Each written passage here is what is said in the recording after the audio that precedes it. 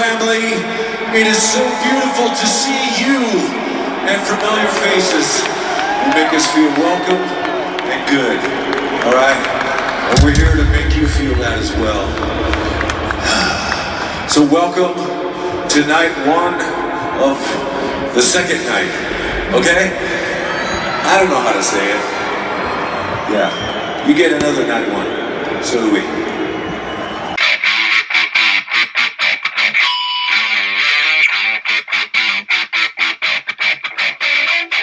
Hey out there, rock and rollers. Welcome to episode number 128 of the Ugly American Werewolf in London Rock Podcast. I am your host, the Wolf, Mac B, and I will be joined, as always, by my partner in crime from the East Coast of the U.S., Gary Action Jackson. And Jackson had to stay behind while I went to Amsterdam to see Metallica kick off their 2-year world tour on the 72 Seasons album, the No Repeat Weekend, where they go to a city somewhere in North America or Europe for 2 out of 3 nights, like a Friday and a Sunday or a Thursday and a Saturday. And they don't repeat any songs. 2 totally different set lists, 2 totally different opening acts. And I thought it would be cool to share that experience with you all, whether you're going to be able to see them down the road this year or in 2024, or maybe you can't make it. They're not coming to your town. It doesn't line up with your schedule. It's out of your budget. Whatever it might be, if you're going to miss it, hey, that's why we're doing the show. We're here to spread the word on the rock and roll music that we love, to keep it alive. And I had a special opportunity, used to live in Amsterdam, bought tickets to see Metallica both nights, had to move back to the States, but I said, no way, man, I'm not losing my opportunity to see this tour.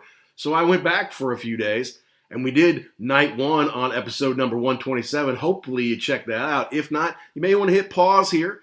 Go back and download the previous episode and listen to that before you listen to this one. You could have gone to either night, and I think you may have liked the set list maybe a little bit better the night before, but maybe not. I got some comments that some people actually liked the second night better. So that's up to you to decide, but listen to both episodes and you can let us know if you were there, which one you like better, or which you would prefer to see if it were you. And we have a little bit of fun news here. We do now have the Ugly American Werewolf in London Rock Shop for you. Yeah, we're going to offer up some t-shirts for men and women, long sleeve, short sleeve, a couple of designs. We've got the old school logo that you might see on your phone as you are listening to the podcast. We've also got our 2.0 logo that we love that you've probably seen on social media a little bit.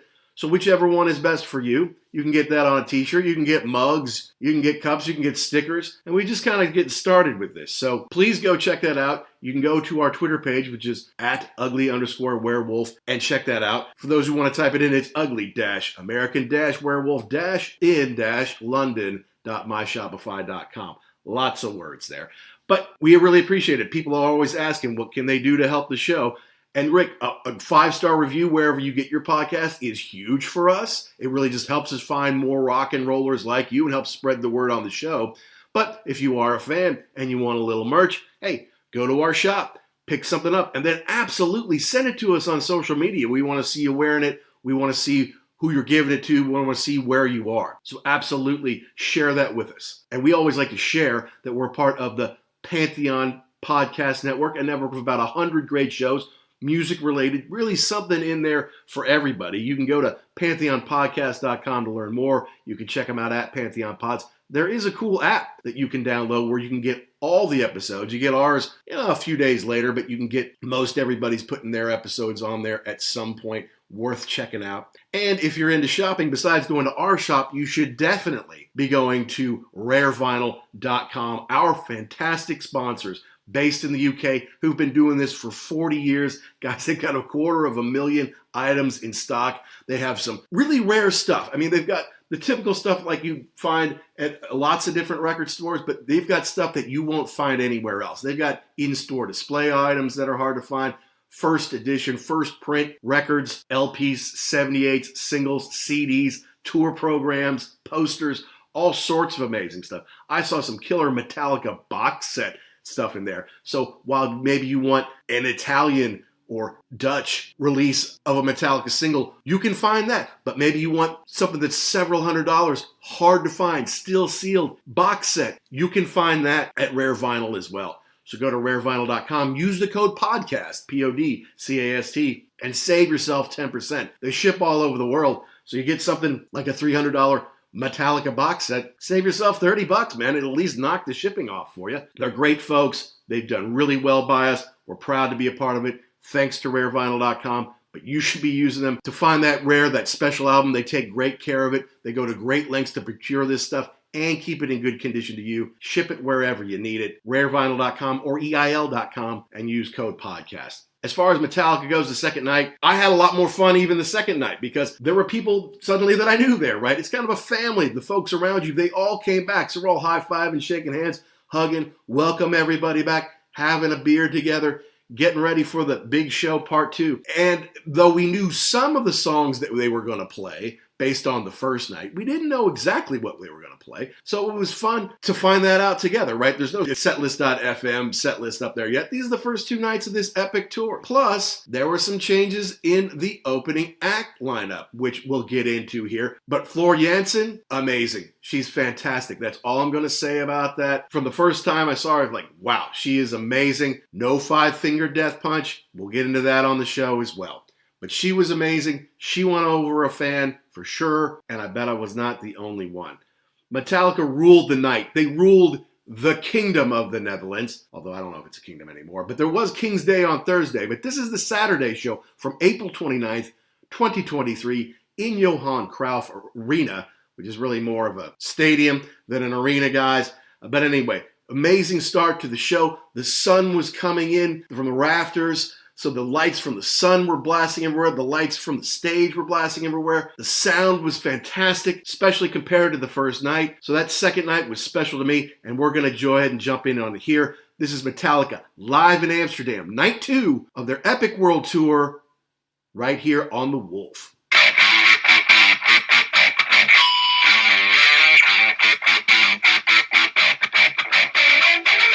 So night 2...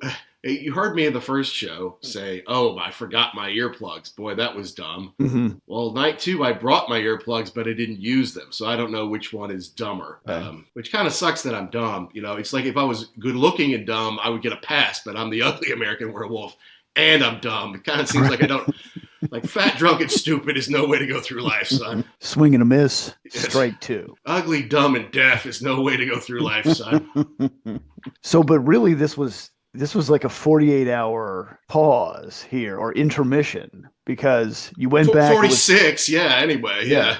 same seat, same, everything set up was the same, right? Like you got there like nothing had changed. That's right, except for the 2 opening acts and the set list for Metallica. But then, and it was kind of cool because when I got down there, everybody who I was sitting with the first night were there, and they were welcoming. I was like shaking hands and high five and hugging people, and we're buying each other beers and stuff. And they're like, oh yeah, check out your podcast and stuff like that. So I'm like, yeah, it was good. And I met some more. There are actually a fairly good number of Americans near where I was sitting. Huh. Interesting. Yeah, some of them live there in the Netherlands. I met a young couple who were, I don't know if they're from California or Chicago, I can't remember. I mean, I think their families are from India, but they're American, young folks. And I was, I talked to them before the show, like, I saw Metallica before you were born, which is true. I mean, it was more than 30 years ago now, Jackson. February 20th in Fort Myers that we saw them on the Black Tour. In 1993. Mm-hmm. Crazy. But then, there was a couple from Dallas there. There's a young woman who lived in Eindhoven who was from somewhere in America. I don't know. But it was cool. And, and I was sitting right next to this huge dude. He was from, I think, Dubai, but he lived in the Netherlands now. And he was kind of catching me up on some cool stuff. I'll talk about him to the show. But it was good to have kind of like a little family, right? Because everybody's back. And a metal show, people tend to kind of take care of each other. I remember when I was down in Florida, I was talking to a friend about how I'm going to see Iron Maiden with you this summer and she was like, oh man, I'd be scared to death to be at an Iron Maiden concert. I'm like, look, I've been to a lot of metal shows and I've never really been scared. I was a lot more scared of that Dead and Company show that I went to you with because there's all these people just on all sorts of crazy drugs. You don't know what they're going to do, Not to mention, it used to be like it was just old hippies at the Grateful Dead shows. Now it's like people who've never had a job and are whacked out of their minds. Like, and are you going here to pick pockets? Are you going here to, how do you get by? Yeah. So no, It was great. It was a nice community. And once again, I mean, I have front row of the stadium. Obviously, there's lots of people on the field, but front row, so nobody really walks in front of you. And if they're going to get beers or go in the bathroom, they can walk behind you because I'm standing up during the show, you know, so it was awesome. Right. And like we talked about on the last episode here, right. You don't really know what you're going to get. Like you kind of have an idea, but you don't really know what the stage is going to look like, you know, but now you did. Like you sat down, you knew exactly what was going to happen, exactly what what you were going to see, what you weren't going to get to see. And so my first question is, tell me the sound was better. Okay, yeah, no. And first song, you know, I'm talking next to my buddy from Dubai there, and we're just nodding at each other like, yep, they fixed it, or that is way better. You know, that is good news kind of thing. So, yeah, Kirk, you could hear. Now, I'm a guitar guy, so I still would have liked him to maybe been turned up a little bit, but I couldn't hear him at all on Thursday, and I could hear him very clearly on Saturday. So okay, good. Nice. I mean, that's ridiculous. I can't believe, but it was the first show of the tour, right? So, but still, I mean, you've been doing this for a long time with professional people. You'd think they would have had that right off the bat. But. Well, yeah, or by the third or fourth song, right? It's like, you know, okay, we can't hear Kirk. All right, well, let's fix that, you know. But maybe it was a thing that was an actual problem. So, like, okay, we're just going to have to do that on Friday or, or Saturday, you know, kind of thing. But before we get too deep into Metallica show, I want to talk a little bit about Floor Jansen and Ice Nine Kills. Okay, so I mentioned in the first part here, I didn't really know who Ice Nine Kills were. Turns out that it is the side project of Floor Jansen, who is the lead singer of Nightwish. Okay. Lead singer of Nightwish, which I guess is kind of a Finnish band. And a guy named Donnie, who I used to work with back in the day, he turned me on to them and said, you know, they're kind of melodic, proggy, but metal, you know, they're a Finnish band. And I'm like, okay, well, I'll check them out. And had this female singer who had this really powerful voice. So I sit down and I get there at about the same time. I'm thinking it's going to be Five Finger Death Punch. I met these two guys in the bar at the hotel at the Amsterdam Hilton on Friday night between the two shows. After I'd been out kind of walking in Vondel Park and being in my neighborhood, I kind of sat down to get caught up on some stuff for the podcast, do some social media, that kind of nonsense. I saw them at the bar. One of them had a Metallica shirt. So I went over and talked to them. Their name's Stuart and Jay. And they were from like greater Minneapolis or thereabouts. And, you know, and he told me it sounds like Five Finger Death Punch is not going to be there. I heard a rumor that they're not going to be there for whatever reason. I'm like, okay, well, I guess we'll find out tomorrow. And then I get there and there is no Five Finger Death Punch. It's Ice Nine Kills. Ice Nine Kills is the side project of Floor Jansen. And then this guy from Dubai sitting next to me is talking about how she's kind of a national heavy metal treasure. And she does this side project that's really popular here in the Netherlands. And she was on a TV show, I guess. Okay. And she did a performance of Phantom of the Opera with this guy, Hank, who was, I guess, a Dutch opera singer. And it was on TV and it was incredibly popular. So we're all kind of hoping that maybe she'll do that tonight. And I'm like, oh, well, okay, that's cool. I like Phantom of the Opera. So let's find out. So I'm watching her show, and she's got it's her and 5 other people, I feel like. She's got a female bass player. She's got, I think, a couple guitar players, a drummer, and then like a keyboard dude. So, and I really dig at her voice. She's really awesome. She's got a lot of power. It's got that female, that femininity vibe to it, yet still with all the rawness of a real metal singer, you know. I'm like, oh, well, this woman's pretty awesome. I'm digging her. And then I'm seeing, you know, she's got like a halter top on, and then she's got, you know, something like covering up her belly. I'm like, oh, has she gained a little weight? And he's like, no, she's pregnant. She's like 4 or 5 months pregnant. I'm like, are you kidding me? She's out here commanding a metal stage in front of thousands of people, and she's 4 or 5 months pregnant? What a badass broad she is, man. She is awesome, you know.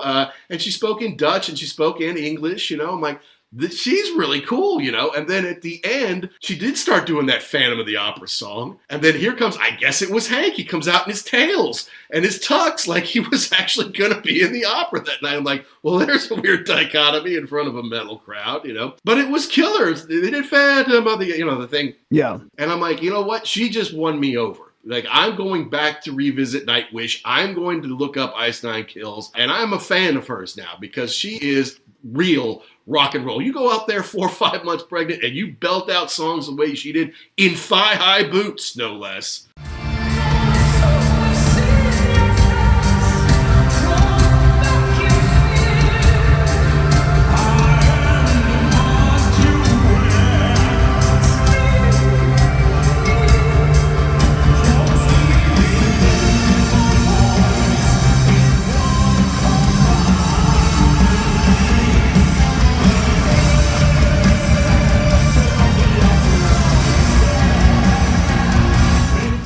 was impressed. She won a one fan that night. I bet I'm not the only one. Now, so I wonder how this actually came. Were they supposed to be on the bill at all? Right. They were supposed to be first, then Five Finger Death Punch, and then Metallica. And then Metallica. And it looks like because Five Finger Death Punch couldn't do it, and I still don't know exactly why. I would be interested because I've heard all kinds of crazy things about that band and people getting along, not getting along, throwing things, saying, that's it, I'm never coming back again. So who knows? Is that right? That's what I've heard. Like the guy that's the lead singer, I don't know what his name is, it basically said like, oh, I'm just retiring. This was probably like 6 months ago. Oh, just kidding. I'm coming back. And Evan Moody, I think his name is. Okay. Yeah. And he's had problems with pretty much, I think, everybody in that band at a time or two, just walking off the stage halfway through performances and everyone else is looking around like, okay, what do we do now? Okay. So they were supposed to be first, but they stepped up to basically be the only. Kind of. I mean, it looked like Floor did some of her solo stuff or just sang on her own. Because I didn't get there, at like 6 again. I got there at like 7 because I'm like, I'm not going to get there crack of dawn early, basically. But still no comment from those Five Finger guys. So she did her thing, and then the Ice Nine Kills came out to support her. It still says Five Finger Death Punch is supposed to be there with them in Paris the 17th and 19th of May. Okay. So we'll see. But I mean, no comment yet as to why they didn't. They just said, unfortunately, Five Finger Death Punch can't be here, so Floor is going to do it. And she's awesome. She is a badass metal chick, and I dig her the most now. Well, and that's a cool just vibe to have too. Like, what are we doing? We're missing a band. She's pregnant, so she's not having beer, but hold my beverage. I'll take care of this for you. We'll do an extra set or extra couple of songs and keep the animals happy waiting for you. Yeah, exactly. It worked out. It Excellent. Definitely worked out. And you know me, I'm not going to go to too many opening acts these days. I just, I don't have the patience for it. I don't have that much time usually. Right. And I'm like, look, I'm going to get my 2 full hours in, but I'm not going to be there because like when we were younger, we're like, we're going to go there early. Well, yeah, hit the t-shirt stand. We're going to see every band, we're going to, and now it's like, okay, let me just get in there and get out of there as quickly as I can, basically. But it is nice to see. I understand you're not there for the opening band, but there is something to be said for hearing something like this and saying, you know what, I would have probably never listened to this before, but now I think I want to because they blew me away live. Yeah, no, exactly. So that's why I was appreciative that it did work out that way. So now I'm more familiar with this woman, and I'm going to refamiliarize myself with Nightwish.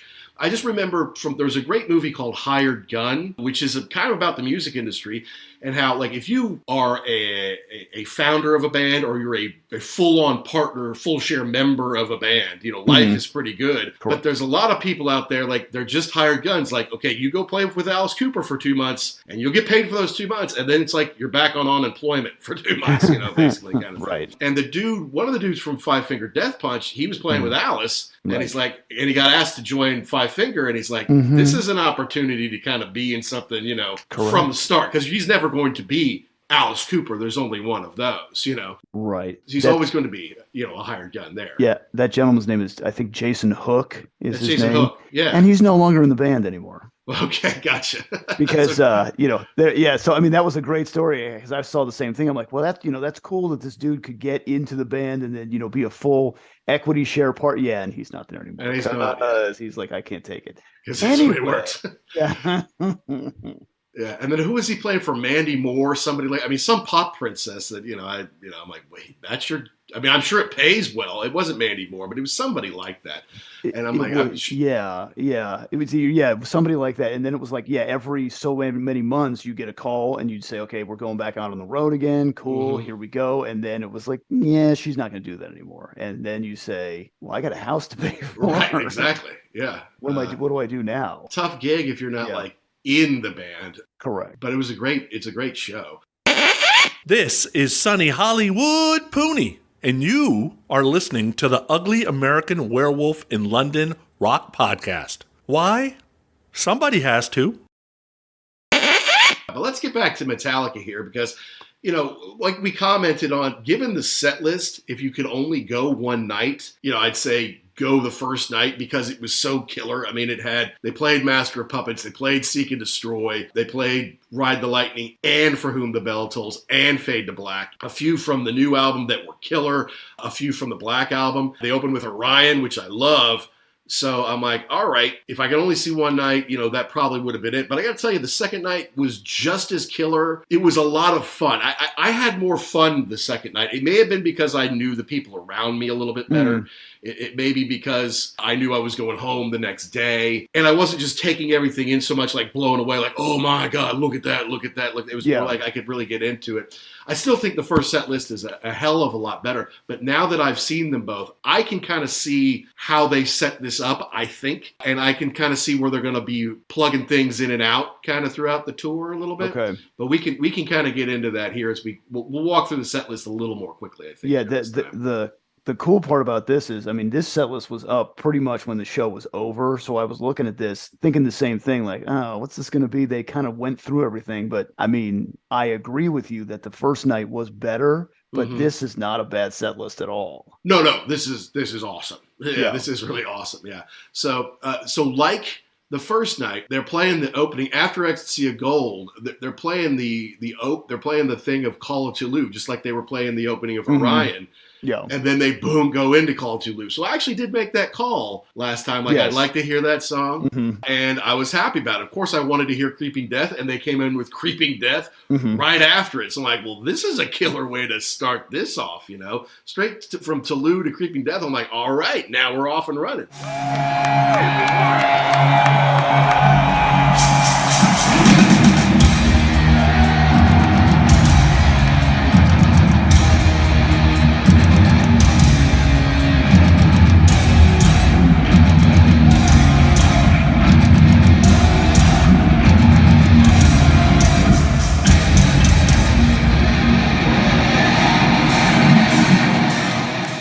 This is awesome. And so obviously they hold Ride the Lightning in very high esteem because they played 6 songs in the 2 nights, whereas they played none from Justice on the first night and only 2 the second night, So I doubt it's because they don't like Justice. I just think maybe it's more accessible Lightning. I'm not sure. I think so. I think that is a big fan favorite. I know that I don't think you can discount the first record because it was the debut and no one had ever heard anything like that before.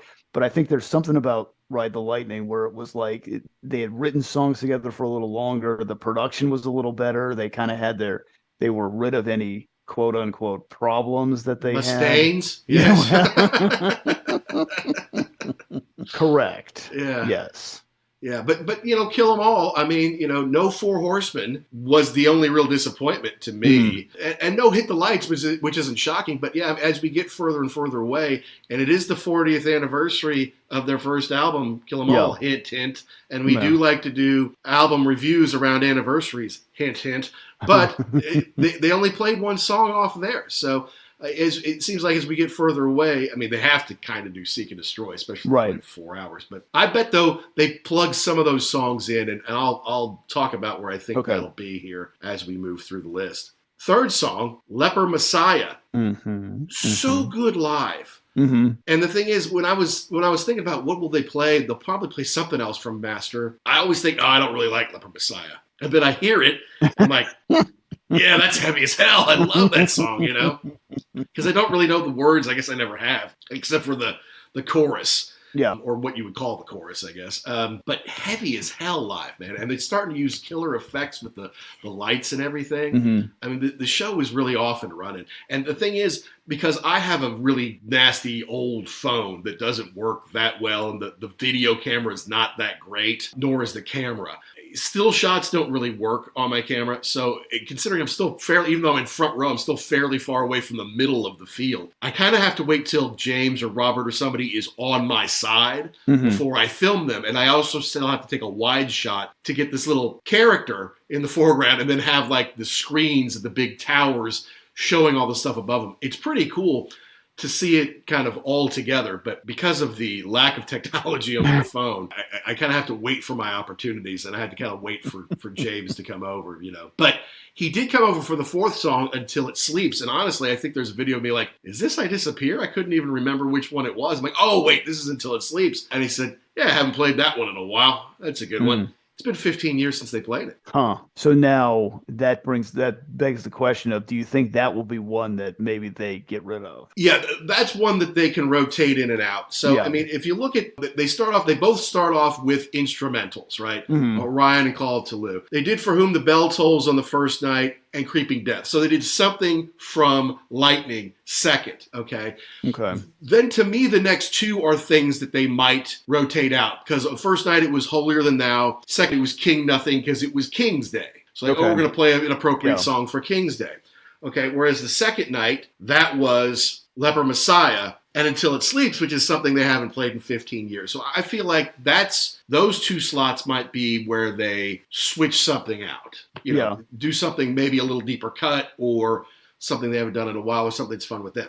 Okay, then after the first four songs, they then do 3 out of 4 of the next songs are new. They're from 72 seasons. It was the same way both nights. They do 2 new songs. The 7th song is a classic, and then the 8th song is new. They did that exactly the same both nights. So, but see, this makes sense. So if you're doing, I don't know, if you're doing the lights or you're doing the visuals on the screens, then they can kind of match up on both nights given what you're playing. You know what I mean? Yeah. So on this night, they did 72 seasons of the 5th song, which was really awesome. It was killer. It was so fun. It fit in great. It was the first time they did it in front of a live audience. I mean, I think maybe they did that on like Howard Stern or Jimmy Kimmel or something. They did it somewhere before, but this is the first time they played it live. Second was, or 6th was If Darkness Had a Son, also from the new album.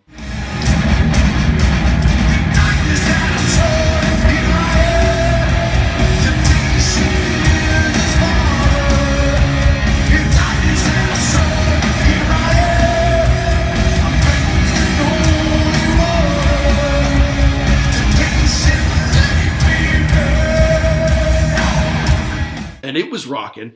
And then they went into Sanitarium, which I think you and I both called they might play that. It was Fade to Black on Thursday. But that's because they did Screaming Suicide. And I think it does make sense to do Screaming Suicide and Fade to Black right next to each other, content-wise. And then they did Sanitarium, which I was psyched to hear. Like, yes, here we go. There was no way they were not going to play that. But I'm glad. I mean, I don't know. No one asked me about the set list, but I'm glad they did because that song is awesome off of Master of Puppets. Oh my God. He's getting better. Can't you tell? No, he isn't. It's so evil and it's so good, So it was like, that was one that I hope they played off Master the second night, and they sure did. And then the 8th song was You Must Burn! ! The live debut. So worldwide live debuts of a few of their new songs and full performances of these songs. And look, most of the time, I've said this many times, you're playing a new song, that's I got to go take a bathroom break, or I'm going to go grab a beer or a water or give my ears a break kind of time. Yeah. I really never felt compelled during the new songs to take off. That doesn't mean I didn't run and make a bathroom break, because you got to do it at some point at my age. But it was still, I thought the new stuff was awesome. It fit in so well with the older stuff. It's very heavy, but it's still good. It's not like crazy. It's very Metallica. So I think it's a real triumph for them. That's what I thought when I was listening to it the first time through, thinking they're not all going to be familiar, but the sound fits into what you want to hear when you hear Metallica. Yeah, this isn't like we're gonna strip it down and go a little different direct. No, this is straight down the middle. We're gonna do some of those songs we did with Lou Reed. Oh, okay, yeah, let's do an hour of that. We're gonna slow it way down here, folks. Everybody wants to hear those songs. It sold so well. So yeah, but then it's like, okay, well, all right, you did the 3 new ones that we figured you'd do 3 new ones. You've done some killer stuff off of Lightning and a little bit of Master. I know you've got some Black Album songs coming up, because they didn't play Sandman, they didn't play Unforgiven, and they didn't play Wherever I Roam. Like, well, okay, I guess it's time for that. Number 9, it's Unforgiven. Boom. And They had, so we talked about the stage, how it's not a perfect circular, but it's a round, right? It's in the round, and there's a snake pit in the middle, so they kind of have to work all these different sides of the stage. They had a fixed acoustic guitar for James, so they didn't give him an acoustic guitar to walk around with. They didn't change the tone of an electric guitar, so it sounded like that. They had one that was like in a spot. So he kind of had to be in this spot to play that, you know. But there might have been two, maybe one facing the crowd and one facing the snake pit. I wasn't 100% sure on that. There was definitely one facing the snake pit. So they let him do that. Yeah. And it was all over the screens. People were going nuts. I'm like, this is awesome. I just hope they don't play Unforgiven 2 after it.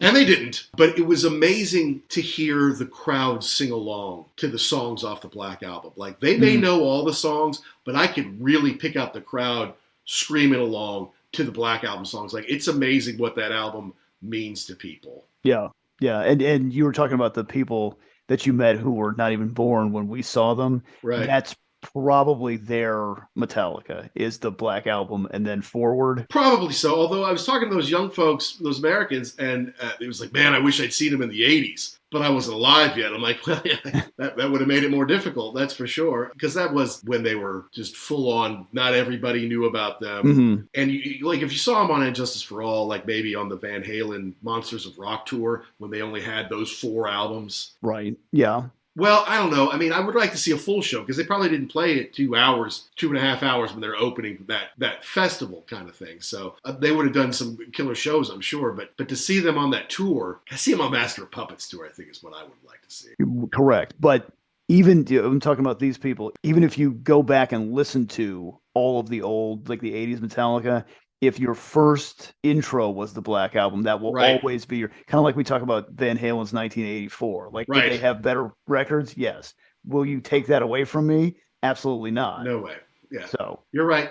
Absolutely true. So the Unforgiven, it got a lot of big cheers there, and then they went straight into Wherever I May Roam. Yeah. Obviously, that's huge. They're screaming along to that. I wanted to take a second here to say, I think they got the idea to do this from a couple years back. Lars was talking about in an interview how they have a buddy who runs festivals in the U.S., and he was asking him, hey, why don't you come bookend some of these festivals? Like, if I got a Friday, Saturday, Sunday festival, why don't you come play Friday and Sunday? And then Saturday I'll get someone else to headline, and you can bookend it. And they're like, yeah, okay, we'll do that. We'll do 6 or 8 dates of that. And then COVID happens and everything gets shut down. And then in 2021, they did about 3 festivals like that instead of 6 or 8. One of which was Louder Than Life right here in Louisville, Kentucky, which I didn't go to because I was living in Europe.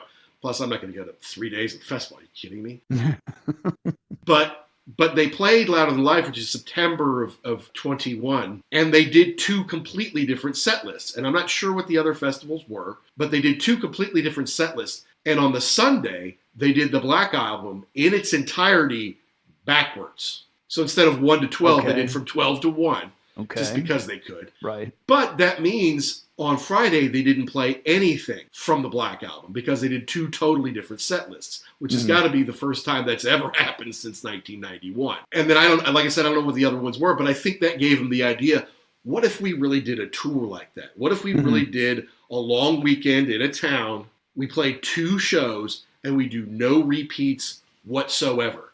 I think that's what kind of put it in their head. Okay. And now Yeah, I just saw the first 2 nights of a 2-year tour in about, 23 different cities around the world, around Europe and North America. And I was just like, I don't know, I was happy the whole time. I was smiling the whole time. Like, I really felt like I was part of something cool and special that a lot of people are going to get to experience, but not for a while. Yeah, because I was looking at dates. I'm like, well, they're not coming anywhere around here. Well, they're playing Gillette Stadium in Foxborough. That could be kind of fun to go up there, but that's in August, and oh, wait a minute, that's August of next year, 2024. Right.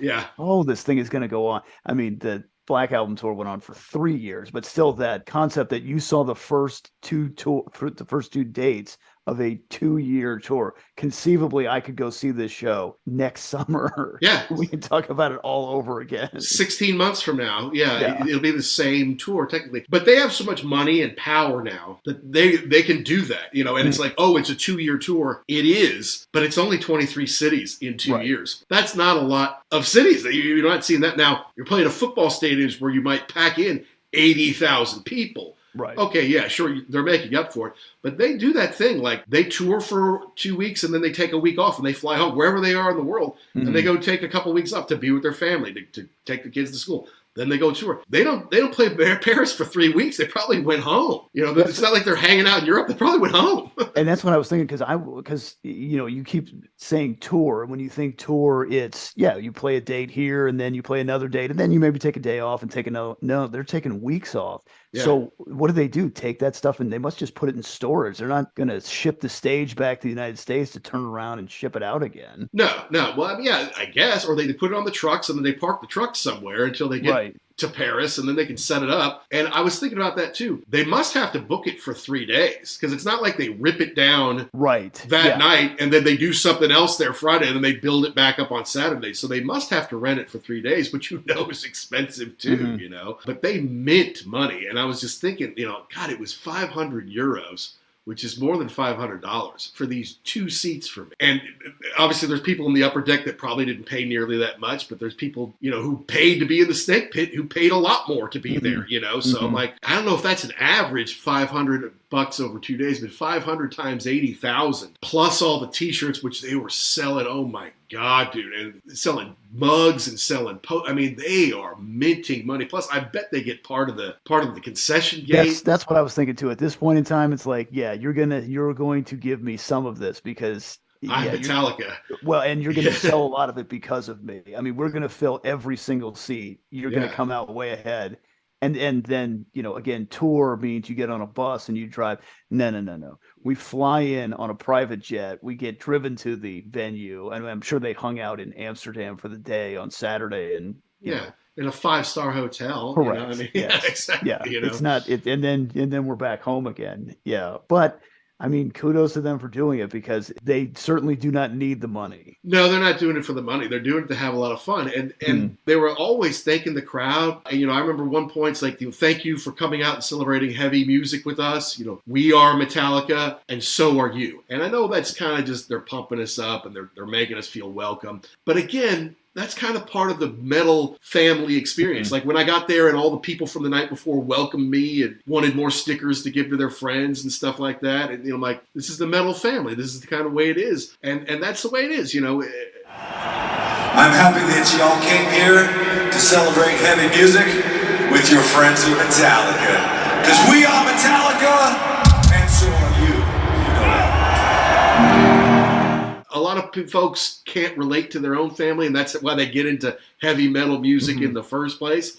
And then you go out and you find your people. And Metallica knows firsthand that's why they made Metallica, because they were outcasts. Right. And they're like, all right, well, fine, you guys don't like us. We're going to do our own thing. We're going to make our own music, whether you like it or not. And eventually the world came to them. Yeah, and like I said on the first part of this deal, when I got to that movie theater, not the show, the movie theater, it was the same vibe. Everybody was like, oh, we're so excited to be here, not just to listen to this, but to be together and yell and scream at the screen and everything. And I'm like, wow, this band is, I always knew they were big and still big, but it's been a long time since the Black Album, but they still have that command over the audience. I know. I was just like, well, when did Hardwired come out? Well, that was like 4 or 5 years ago, right? No, it was like 8 years ago. I'm like, has it really been that long? Or 7?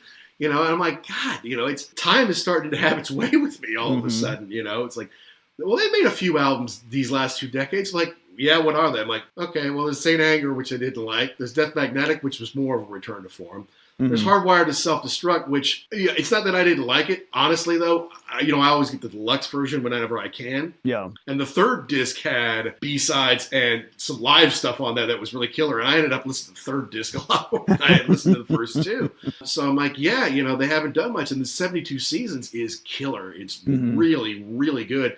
And the yellow, I'm telling you, man, the yellow, which they use the lights and the screens and stuff, when they do the new songs, there's a lot of that yellow coming out, and it looks amazing on stage. It really does.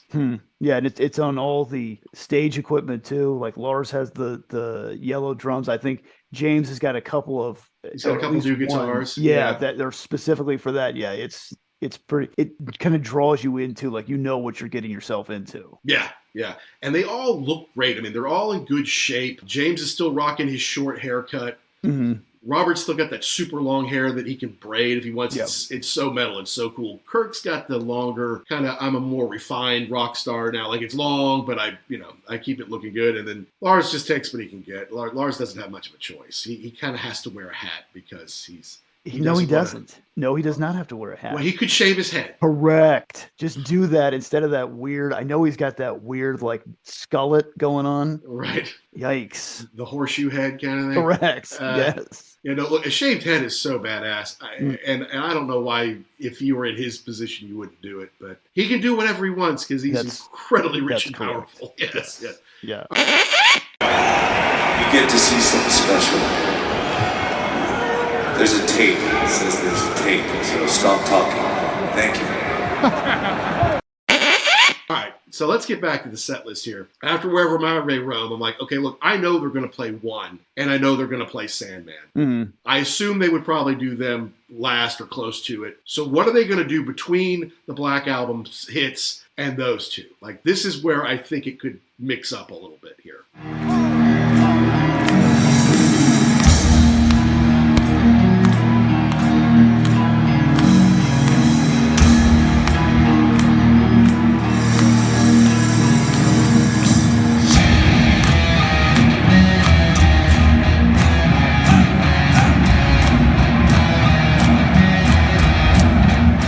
And as you predicted, they did Harvester of Sorrow. Okay.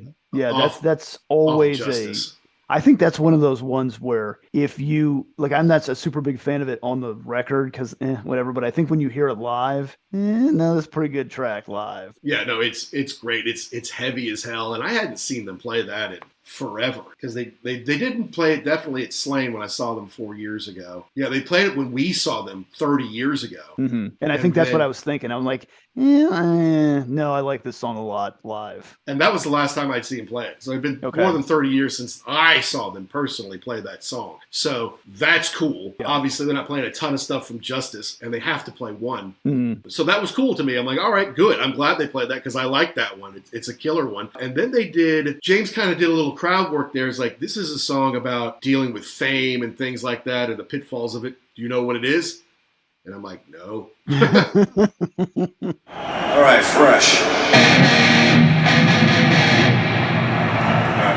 You guys having fun yet?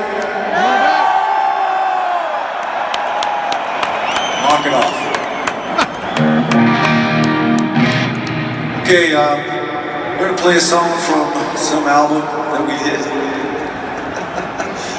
I don't know, it's just all one big bunch of songs to me.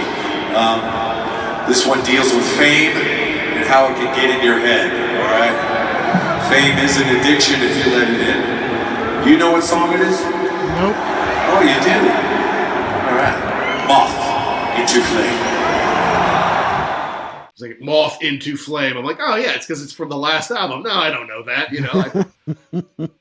But I saw them do that at Slain before, so it's like, and, okay, so, but remember I said they had those cool flames? Not only did they have the pyro, but they had the kind of flames on the screen during Fuel. Well, they reused those during Moth into Flame. So it's a couple songs earlier in the set list, but they can do the pyro, boom, boom, flash pots and all that stuff a little bit there. But then the 13th song, Fight Fire with Fire, then you really saw the boom, boom, boom, boom, it was going off everywhere. Like they could do a little bit of that from off, but they really kind of saved it all for Fight Fire with Fire, which again is a crowd favorite from Ride the Lightning. So they played most of Ride the Lightning over those 2 nights, which I got to tell you, I'm psyched about. I love that. And I guess, did that come out in 1984? Yes. Yeah, correct. So it'll be 40 years of that next year while they're still on this tour. Yep. So yeah, hint, we might just be reviewing that in 2024. I guess that's my favorite Metallica album. If you had to make me pick, I would say that's the one. Even though the Black Album's the one you and I listened to together the most when it was new, saw that tour, it was all over MTV, it was all over the radio for years. Yeah. Maybe that's because it was shoved down our throats so much that like I still like Ride the Lightning better, or it's my favorite. Well, I had heard Ride the Lightning and Justice for All before the Black Album came out, so I kind of had that. That wasn't my first foray into Metallica. So while I love the Black Album, I do enjoy Ride the Lightning probably that much better. I hear you. And Moth and a Flame, my prediction was they do Hardwired to Self-Destruct, and they may on different nights. They may flip that out there. Fight Fire with Fire, maybe because it's in about the same spot as Fuel. Maybe they'll keep it in there. They want to play. You have all the fire you've got to use. You got to use it, right? Yeah. So we'll see about that. It'll be interesting to watch the set lists as they come up in the coming months here. And then 14th, they did Whiskey in a Jar. Which is a little surprising to me. It's not shocking. They did play it when I saw them at Slane, but we were in Ireland, in a place where Thin Lizzy had played before. In fact, I think they played a couple times Slane. They may have headlined the first Slane Castle show back in the 80s. So that didn't surprise me at all that they played it there. They also played Stone Cold Crazy at Slane because Queen had played Slane back in the day. So I was just, will we get Am I Evil? Will we get Last Caress? Will we get, something else? Turn the Page, who knows? But they did Whiskey, and look, it's good. It's fun, I guess. Okay. It's probably not the one I would have chosen just because I'd seen it before, but the crowd loved it. Okay, well, that's good. I mean, that's not my favorite cover that they've done, but I mean, if the crowd is into it, then go for it. Right. And then, of course, we get into my introduction to Metallica, and so many Suburbanites' introduction to it from 1988. One.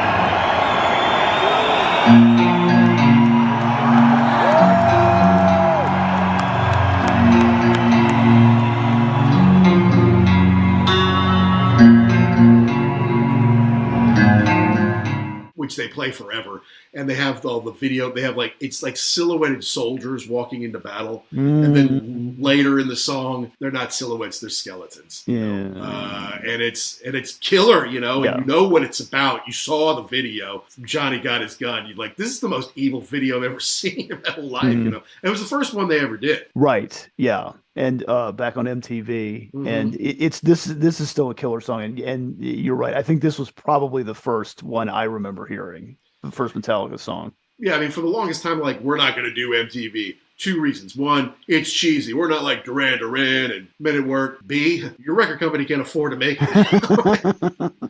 And they're not going to put it on MTV anyway, so what's the point, But then eventually it's like, well, we're a platinum selling band. We probably ought to have videos, and it will open you up to a new crowd. And, by the late 80s, when all that glam and hair rock and was so in vogue, okay, well, you want a real band with long hair, we'll give you one, right. And that was one. And at that point in time, they did have Headbangers Ball, where they played stuff like that. They weren't going to put this on in, the middle of the day. Right. They do it at night. But I remember being in high school being like, wow, man, there's bands I don't even know about who are heavy, And it was right when I was getting into Van Halen's first album and Guitar Gods and Heroes and stuff like that. And I'm like, and just seeing Kirk play that solo, I'm like, wow, man, he's really amazing, isn't he? Yeah. So it was great to see it, and they do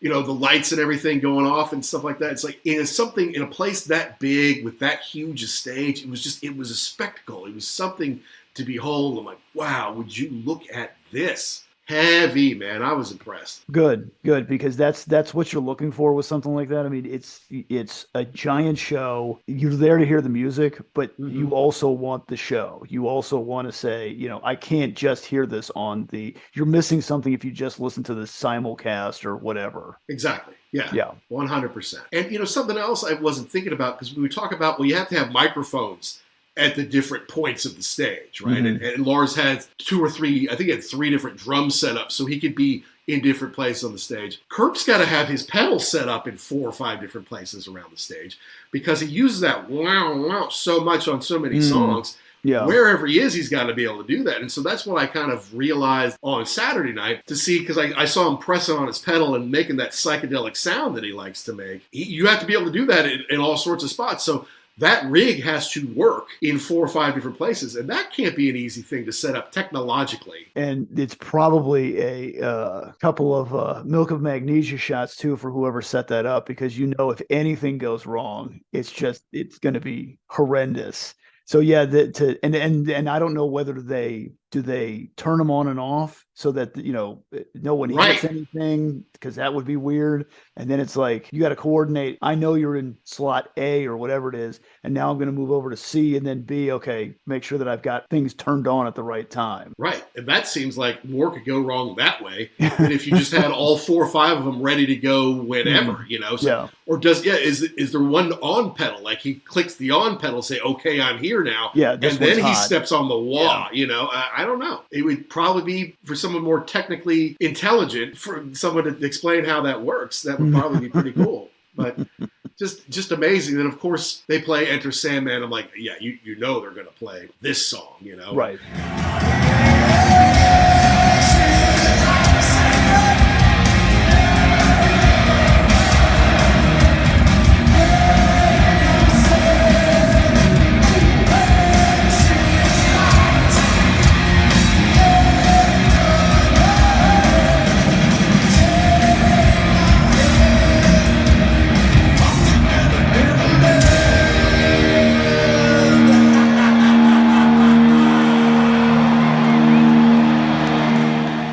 Crowd is going crazy. They're all standing up. But it was at this point that I'm like, okay, last time I was upstairs taking a piss. Only once. And I came down to see, okay, what's the encore going to be? And then they said goodnight. Won't get fooled again.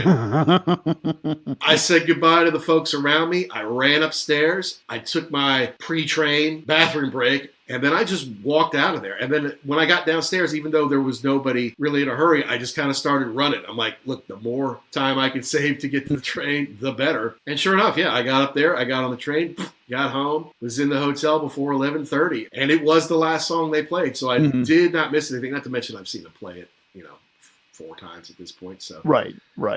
So the getaway is huge for me, and the getaway worked on Saturday night. And I just remember getting home and be like, wow, that's a whirlwind 50 hours in Amsterdam. I was really only there for 72 hours. Like I got to the hotel a little after 7 a.m. on Thursday, and I left the hotel before 7 a.m. on Sunday to go That's back. crazy. So. That's crazy to think that I'm sure it wasn't super easy, but still that you could get that done, see the 2 shows, come back, and you're ready to roll on Monday morning again is pretty impressive. Did you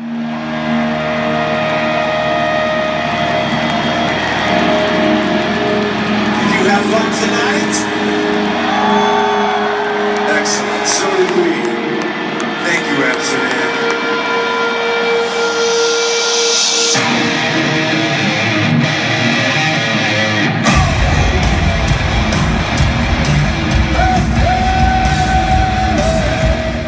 But, look, from the very beginning, from the Kill 'Em all the way through to 72 seasons, they basically hit every single album that they released, except for Saint Anger, thank goodness, and of course the Lulu album, which is barely even worth mentioning.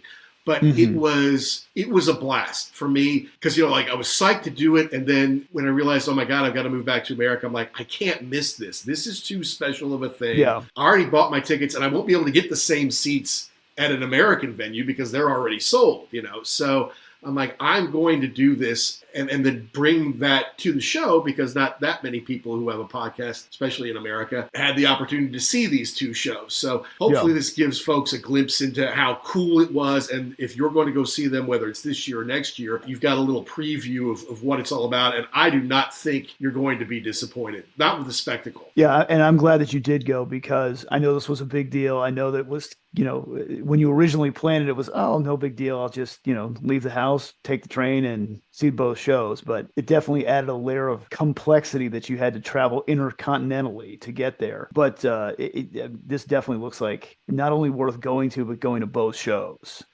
Honestly, if you go to one, you're doing yourself a disservice. I mean, maybe you can't go to both shows for one reason or another, and I understand that. Maybe you have to work or you have to be out of town or whatever it is. You can't do it. I understand, but if you have the ability, you got to go see both shows, because the set list is going to blow you away, and it's not like you're not going to enjoy it. It's a blast. Yeah, and it's not like they did a really good job of the new stuff, the old stuff, and then kind of filtering out the stuff they know that are not fan favorites. Like you said, nothing off Saint Anger. That's right.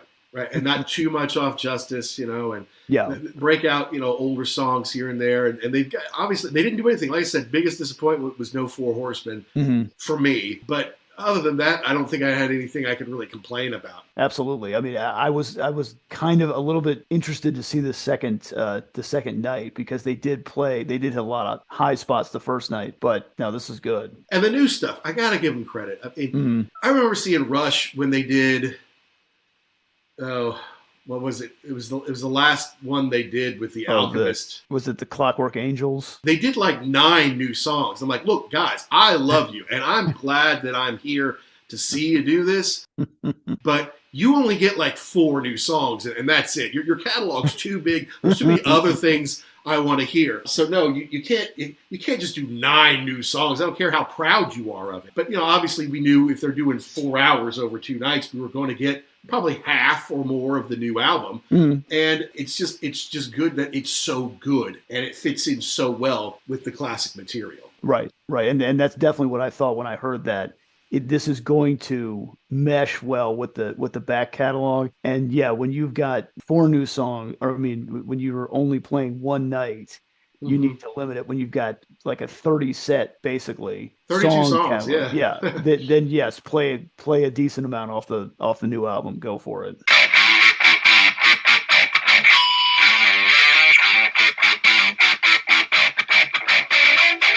Oh, what a blast. What a special time it was for me to get back to Amsterdam to see Metallica 2 times on the 72 Seasons World Tour, the 2 nights, no repeat weekend of Metallica. Really special time, man. I really had a blast. It's great to see rock and roll at that scale. I mean, I know that there's a lot of festivals, so you can see bands on a huge stage with a huge crowd, but that's for lots of bands. There are very, very, very few bands, period, artists, period, that can still command a stadium for 2 nights, and let alone rock bands. And Metallica shows that they're still at the top of their game, that they're an all-time great band, still killing it every night out there. And all right, so there were some sound issues night 1. That's part of it. That's part of going to see live music. It isn't always perfect. And yes, I paid a lot for it, and there's great anticipation. I should probably come on here and rant about everything that sucked or pissed me off about it.